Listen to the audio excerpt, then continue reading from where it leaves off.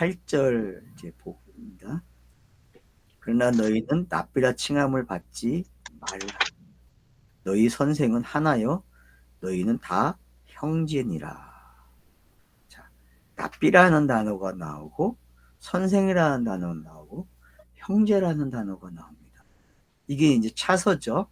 그러니까 성경 읽기 차서는 이래요. 납비로 시작해서 선생으로 넘어오고 선생에서 형제로 넘어오는 거죠. 이게 공생애의 모습이죠. 예수가 납비로 들려지고 선생으로 들려지고 결국 형제 되게 하는 이야기거든요. 그게 공생애의 마침이죠. 형제라는 말은 교회죠. 교회를 형제라 그래요. 교회를. 그러니까 영이 된 공동체를 뭐라 그래요? 형제 그러는 거예요. 영이 된 공동체가. 그러면 뭐가 세워진 거예요? 스타로스가 세워진 거죠. 어리송과 본문 안에서 23장 지금 1절부터 7절 사이에 여러분 스타로스가 세워졌어요. 찾아내 보세요. 어디가 스타로스가 세워졌는지. 십자가가 나왔다니까요. 벌써 이야기 속에. 공부는 이렇게 하시면 재밌어요. 뭐 아무거나 갖다 놓으세요. 다 돼. 어렵게 하지 말라니까. 아무거나 갖다 놓으면 된다니까. 네? 저희 지금 보세요. 그들의 특징을 표현해 놨잖아요. 그들이 무슨 짓 했어요? 네? 3절부터 그들의 특징이 나타나기 시작하잖아요. 8절, 7절까지가. 그죠? 7절까지가 율법이 가지고 있는, 구약 성경이 가지고 있는 특징이에요, 여러분. 성경책이 문자로 가지고 있는 특징이라니까? 예수라는 공생애를 시작한 그 예수의 모습이 이렇다니까요. 자, 제가 그러면 성경책, 예수, 성전 이 세 가지 여러분 갖다 놓으시면 성경 읽기 잘하는 거예요. 어떤 절든 간에 이 세 개만 갖다 놓으세요. 뭐?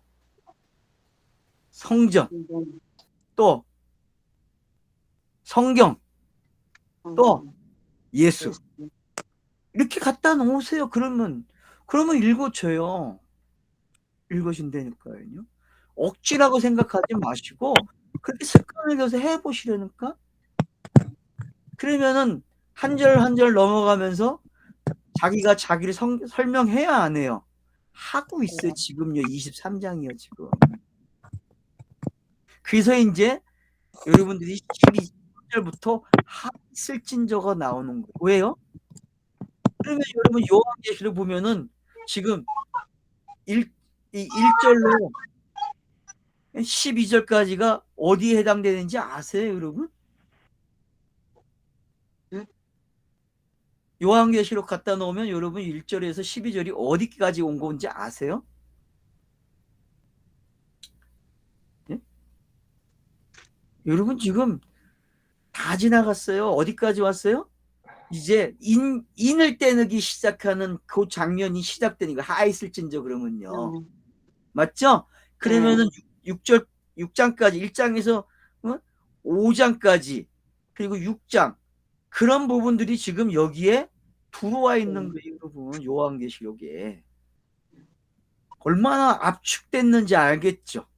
요한계시록도 그렇게 길게 펼쳐놓은 거를 여기서는 지금 어떻게 펴나요? 1절에 12절까지 서론을 다루어 버린다니까요.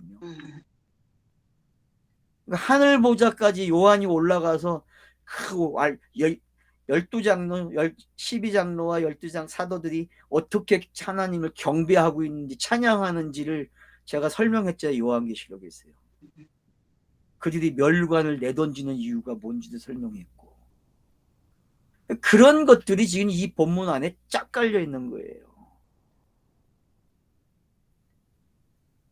한번 읽고 찾아보세요. 제가 숙제를 드리는 거예요. 저는 계속 숙제를 드리는 거예요.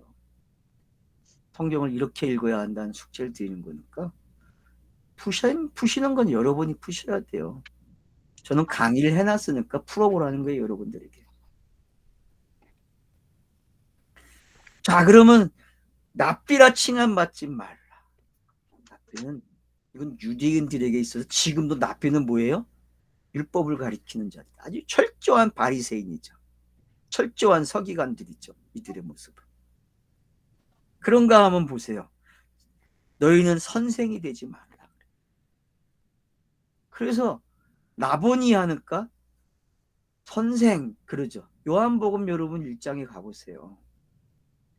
거기에 이 단어가 다 나오거든요. 납비라는 단어 나오고 선생이라는 단어 나오고, 큰 자가 어떻게 이 갈릴리 예수, 나사렛 예수에서 날 수 있느냐까지 나오고, 그런 것들이 여러분 뭔지 아시게 되면은 이런 본문들이 해결이 되는 거예요. 땅에 있는 자를 아버지라 하지 말라. 이제 이치를 바꿔줍니다. 그럼 땅에 있는 걸 아버지라 하지 말래요. 그러면 땅에서 아버지로 사용된 단어들이 있죠. 그죠? 히브리인들에게 아버지로 사용된 단어를 시대가 바뀌면서 다 뭐로 고쳐요? 주라는 단어로 다 고쳐버리잖아요. 이 서기관들이 한 짓이잖아요. 왜요? 뭘 알고 했다니까 이들이. 여러분 역사 속에서 서기관들이 신의 이름을 바꿔놔요. 왜 그러는지 알아요? 신학자들이 이걸 풀지 못했어요. 근데 이들이 그렇게 한 이유가 이 단어에 들어있는 게 지금요. 여기에. 땅에 있는 자를 아버지라 하지 말라. 너희 아버지는 한 분이시 곧 하늘에 계신 분이다. 그러면은 계시가 들어오는데 신들이 등장하잖아요. 계시 속에. 그 하나님을 설명하는 계시 안에 신들이 등장하죠. 그죠? 그래서 창세기 1장부터 4장까지 가면은 신이 이름이 3개가 나오죠. 그죠? 엘로힘, 여호와 하나님, 여호와. 이런 것들을 다 뭐라 그래? 아버지라 부르지 말라는 거예요. 이런 것들을. 심지어는 신학에서도 아버지라는 단어 사용이 되고 있잖아요. 근데 그 차원은 달라요. 이건 하늘의 아버지거든요. 그러니까 주기도문에서 나오는 그 아버지가 뭔지 우리가 알아야 된다니까요. 근데 땅에서 배운 아버지와 비교를 해서 가르쳐요. 그러면 맞까 틀릴까요? 그건 틀린 거죠. 형제라는 걸 알았다면 이제 뭘 알아야 돼요? 아버지를 알아야죠. 형제가 됐다는 건 아버지와 같다는 뜻이에요. 그래서 땅의 아버지가 사라지는 거예요. 왜? 땅의 아버지를 가지고 있는 사람은 교회에서 사용하는 형제라는 말이 사용할 수 없어요, 여러분. 땅에서 형제는, 땅에서 아버지는 육이에요. 율법, 성전, 성경, 예수, 그런 걸 다 뭐라 그래요? 땅의 아버지라 그런단 말이에요. 땅의 아버지. 그래서 하늘 아버지를 가르쳐 주는 거예요. 하늘 아버지를. 그러니까 여러분이 주기도문을 공부를 잘 하셔야 돼요.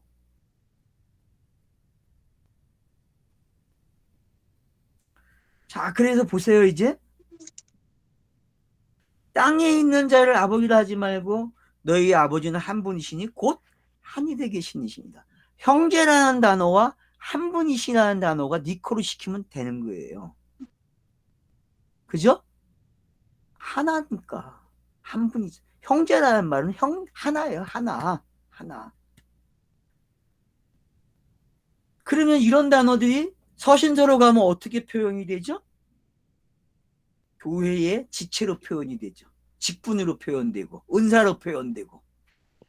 그죠? 고린도 전서에 나오는 그런 내용들. 뭐 거기만 나옵니까? 로마서에도 나오죠. 그러니까 그런 다른 은사들이 뭔지 잘 설명해 주는 단어들이 이런 단어라는 거죠. 여기서 캐치를 못하면은 서신서 가서 그게 헷갈리는 거예요. 그러니까 형제 그러는데 알고 쓰면 좋겠어요. 형제. 여러분 그리스도라는 뜻이라는 거 잊지 마세요. 형제. 그래서 아버지를 교정해 주는 거예요. 네가 형제면은 하늘 아버지를 알아야지 땅의 아버지를 알면 안 돼. 그렇게 되는 거죠. 율법의 완료를 하늘 아버지라 그러는 거죠. 계시가 오면은 땅의 아버지가 생겨요. 그죠? 계시가 들어오면은 땅의 아버지가 생긴다니까, 크로노스로 볼 때는요. 근데 예수가 인자가 돼서 스타로스가 세워지면은 땅의 아버지가 사라지고 하늘의 아버지가 되는 거죠. 그죠? 그게 성경의 차서잖아요, 기록되는. 그러니까 그런 것들 여러분이 가지고 계셔야만 지금 이게 읽어져요, 쉽게.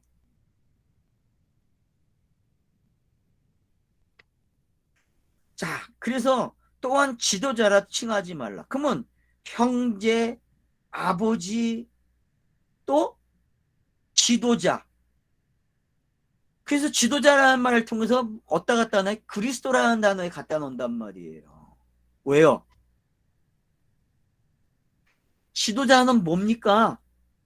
방향을 제시하는 자잖아요. 그죠? 예?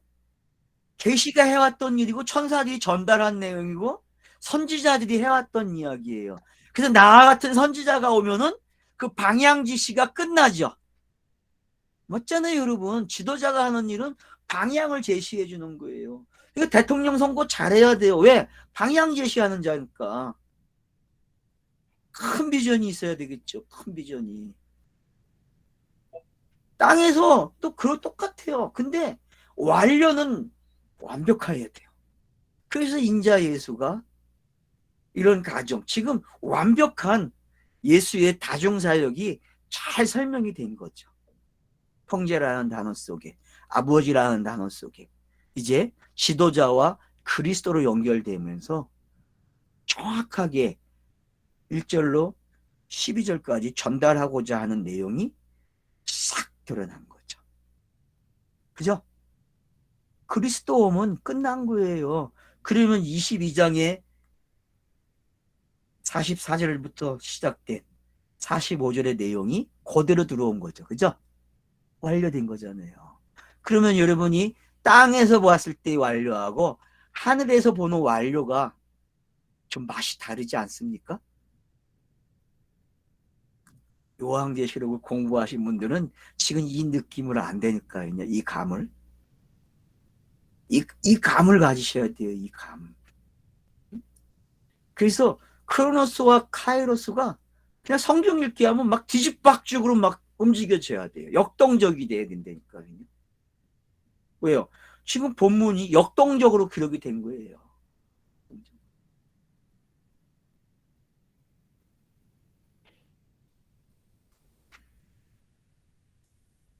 너희 지도자는 한 분이신 곧 그리스도시니라.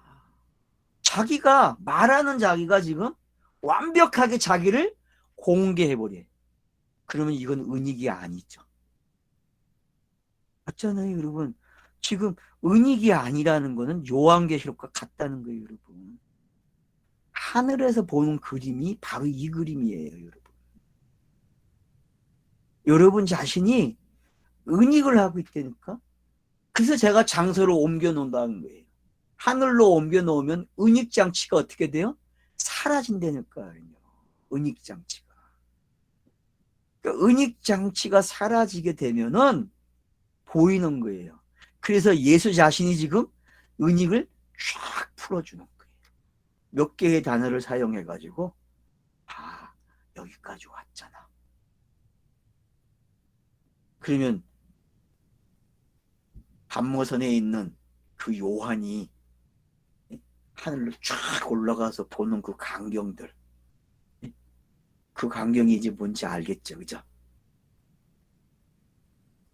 여러분 지금 요한이 초청돼서 올라갔다니까요.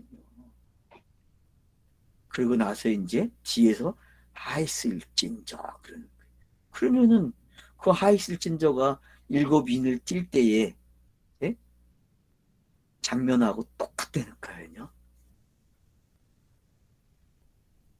그러니까 개인 종말론이 아니고 우주 종말론이 아니고 인자 예수가 율법을 완성하는 이야기를 종말이라 그러는 거예요. 계시를 완성하는 걸 뭐라 그래요? 종말. 이게 확 뒤집어져야 돼요. 이게 거듭남이에요. 땅의 관점으로 보다가 하늘의 관점으로 오면 그걸 뭐라 그래요? 거듭났다 그러는 거예요. 영이 됐다 그러는 거죠. 육이 영이 된 거죠.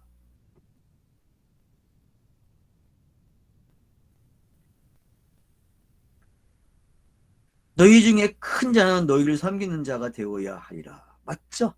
근데 큰 자가 누굽니까? 예수밖에 없는 거예요. 성경에서 큰 자는 예수예요. 알았죠?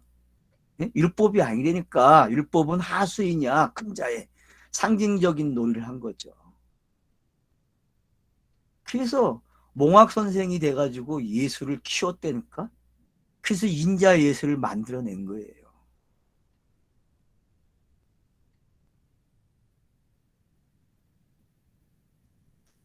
섬기는 자가 되어야 돼요. 섬김에 대한 내용 정의 내렸잖아요. 앞에서 마태가. 뭘로 섬기려고 했어요?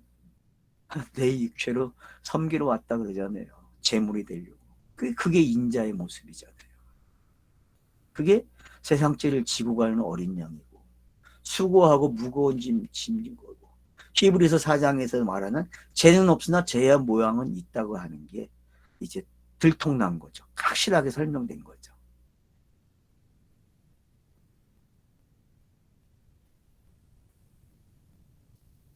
섬김은 뭐 설명할 게 없어요. 그러니까 큰 자만이 섬기는 거예요? 그러면 큰 자의 뜻이 이제 뭔지 알겠죠? 네? 그냥 수고하고 무거운 짐을 지는 사람을 뭐라 그래요? 큰 자 그러는 거예요. 알았죠? 큰 자. 네? 그걸 완료하면 큰 자가 그리스도가 된 거죠. 그죠? 그래서 큰 자라는 말 속에도 쌍수의 개념이 있는 거예요.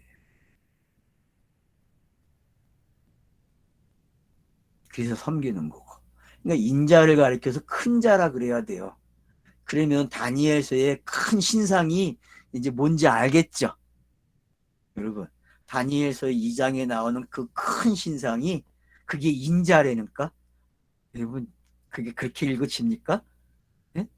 무슨 뭐 바벨론이고 메데파사고 뭐 헬라고 뭐 노마고 그러는데 그 이야기 아니니까요.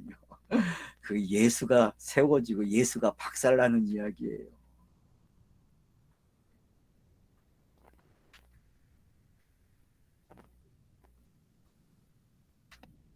누구든지 자기를 높이는 자는 낮아지고 누구든지 자기를 낮추는 자는 높아지리라. 이게 공생의 이야기죠. 그죠? 인자 이야기잖아요. 인자 이야기. 그래서 높아져야 되고 낮아져야 돼요. 참 어렵죠.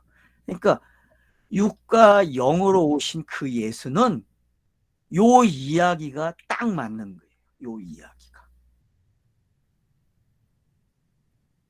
그러니까 이걸 가지고 여러분이 게임을 해보려니까 낮아지고 높아지고 한쪽이 낮아지면 한쪽이 높아지고 이 게임을 이걸 여러분 그래서 법원에 가면은 검사들이나 그런 데 가면 뭐가 기록이 뭐가 있어요? 네? 이거 있잖아요. 정의의 신이라고 해서 이게 있는데 여러분 이게 인자 이야기라니까 인자 이야기. 인자. 저울, 네? 이게 저울. 이게 이 저울이 그래서 예수가 저울 이야기도 하잖아요. 누가복음에 가면은 저울 이야기가 있다니까. 저울 이야기가. 근데 구약에는 없으니까 저울 이야기가 있어요. 그럼 그게 뭔지 알아야죠. 그런 것들이. 왜 인류 역사성에 저울이 있는지. 돈도 저울이잖아요. 그죠? 돈도 저울이에요, 여러분. 돈의 액수가 저울에 따라 달라진다니까. 응? 무게도 마찬가지. 질량의 법칙이 똑같잖아요.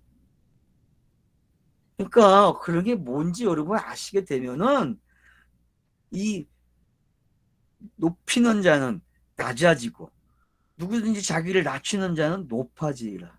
번역을 뉘앙스가 여러분 좀 이상하지만은 이걸 인자로 갖다 놓고 어떨 땐 인자가 높아지고 높아지면 뭐예요? 예?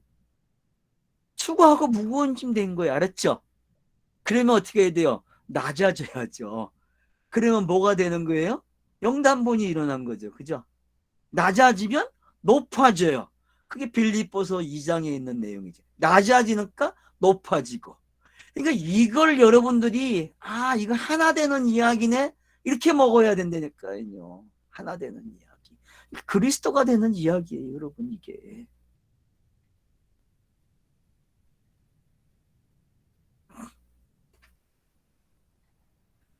자, 그래서 1절로 12절까지 완료해놨어요. 여러분, 천상에서 쫙 본 그림이 어떤 건지 알겠죠? 네? 4장, 5장 이 그림이 얼마나 멋있게 표현되는지 아세요? 요한계시록에?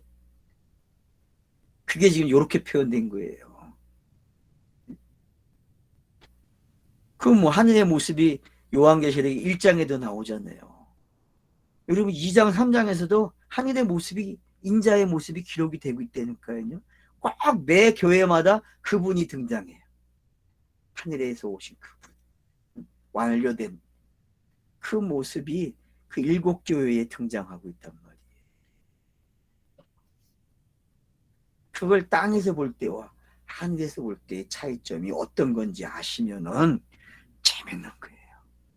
반모섬에서 먼저 본 곳은 요한이 땅에서 보는 그림이었어요. 7교회를. 근데 그걸 하늘에 갖다 놓고 보니까 달라. 다르단 말이에요. 마찬가지죠. 1장부터 22장까지는 땅의 모습으로 읽었다니까 우리가. 근데 23장은 슬그머니 하늘로 갖다 놨어. 그리고 새롭게 종말을 가르쳐 주는 거예요. 그래서 마지막 절이 잘 설명한 거죠. 높아지고 낮아지는 게 어떤 건지. 이걸 원리를 알면은 넌 어디에 있다? 넌 하늘에 있는 거야 라고 가르쳐 준다니까요. 하늘에 계십니까? 땅에 계십니까?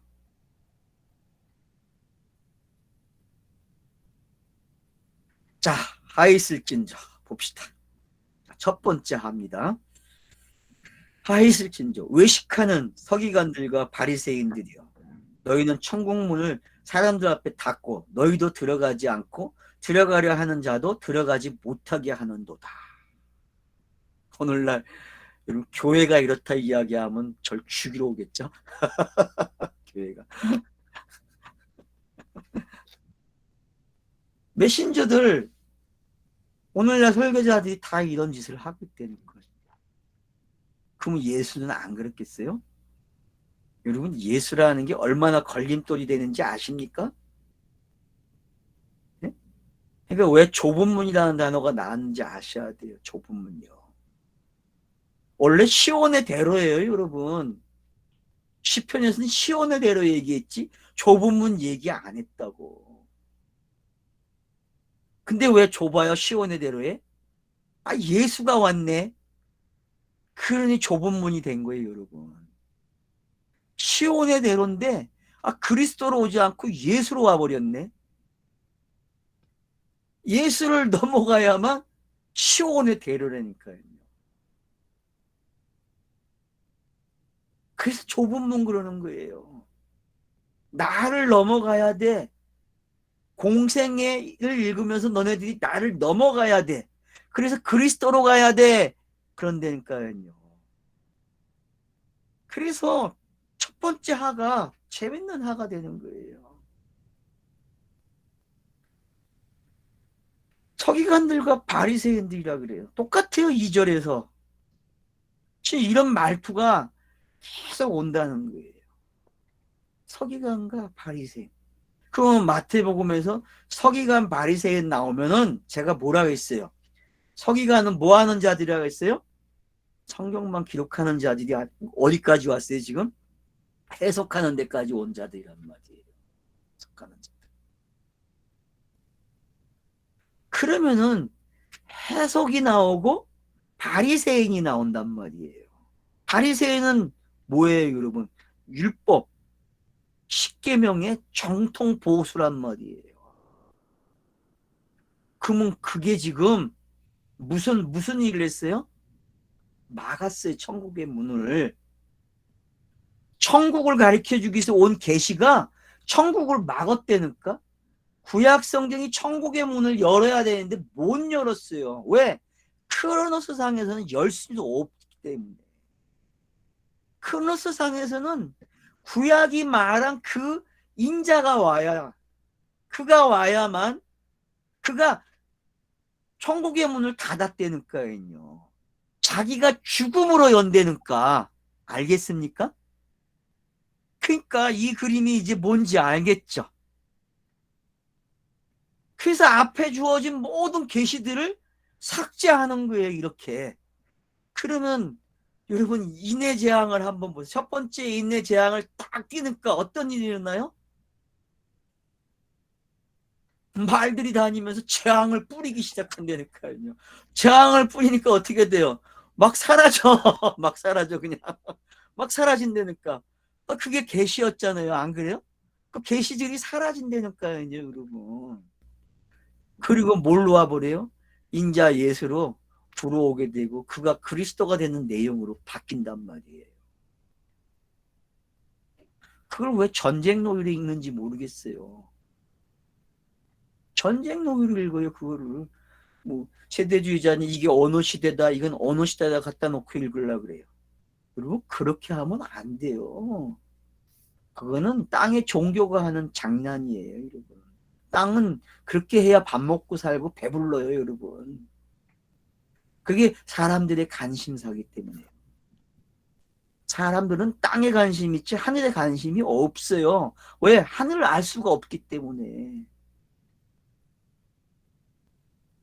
근데 성경 읽기를 그런 식으로 했기 때문에 성경이 안 읽어진 거예요.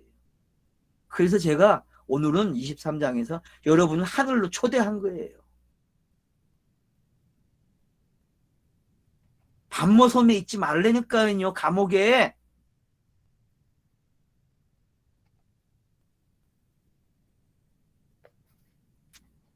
자기도 안 들어간대요. 율법이 맞죠? 정확한 율법의 표현이잖아요. 자기도 안 들어간대. 율법은 천국의 문을 분명히 이야기하는데 막고 있고 자기도 못 들어가. 왜요? 그게 모세의 모습 속에 등장한 거예요, 여러분. 모세가 분명히 천국을 이야기했다니까? 근데 다른 사람도 막고 자기도 못 들어간다니까. 그래서 두 번의 반석이 나오잖아요. 물을 내는 반석 이야기가. 두 번 기록된 이유가 그런 거예요, 여러분. 장로님 좀 도움이 돼요? 이게 이런 거예요, 지금요. 이런 거.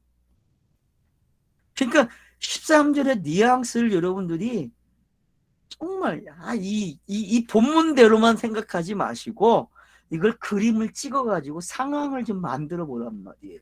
성경의 상황을. 그러면 여러분들이 참 많이 보실 수 있어요. 제가 지금 모세 소환해 왔죠? 그러면 또 누구 소환도 할 수 있어요, 여러분. 아브라함도 소환할 수 있고 야곱도 소환할 수 있고 다 할 수 있다니까요.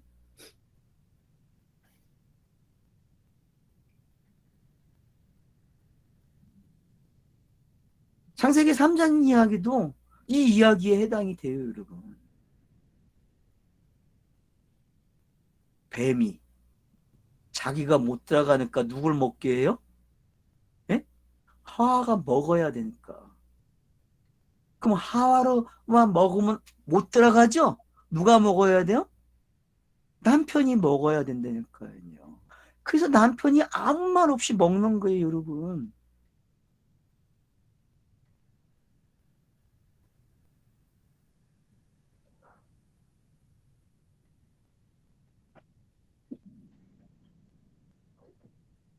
그러면 이제 13절이 좀 이해가 되셨죠?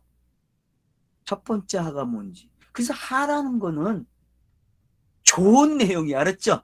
예? 좋은 내용이라니까. 계시가 완료되는 거를 하로 설명한 거예요. 하로. 그래서 한하 하나를 넘어갈 때마다 하나의 언약이 사라지는 거야. 알았죠? 완료되는 거야. 구약의 언약들이 하나씩 사라지는 거예요. 일곱 무지개가 어디로 향하고 있어요? 땅을 향하고 있어요. 하살이 올라항해요. 하늘을 향하고 있잖아요. 지금 하늘에다가 하를 쐈대니까 하나를. 그래서 하살이 하나 사라지는 거야. 알았죠? 예? 그게 하예요, 여러분. 하라는 게. 그러니까 하했을진저 그러면은 막 두려워하고 겁먹고 그러는데 그런 게 아니에요. 그런 게 아니고 성경이 어떻게 완료가 되는지, 인자가 공생에 어떻게 완료하고 있는지를 이런 방법으로 설명해 주고 있다. 예, 쉬고 하죠.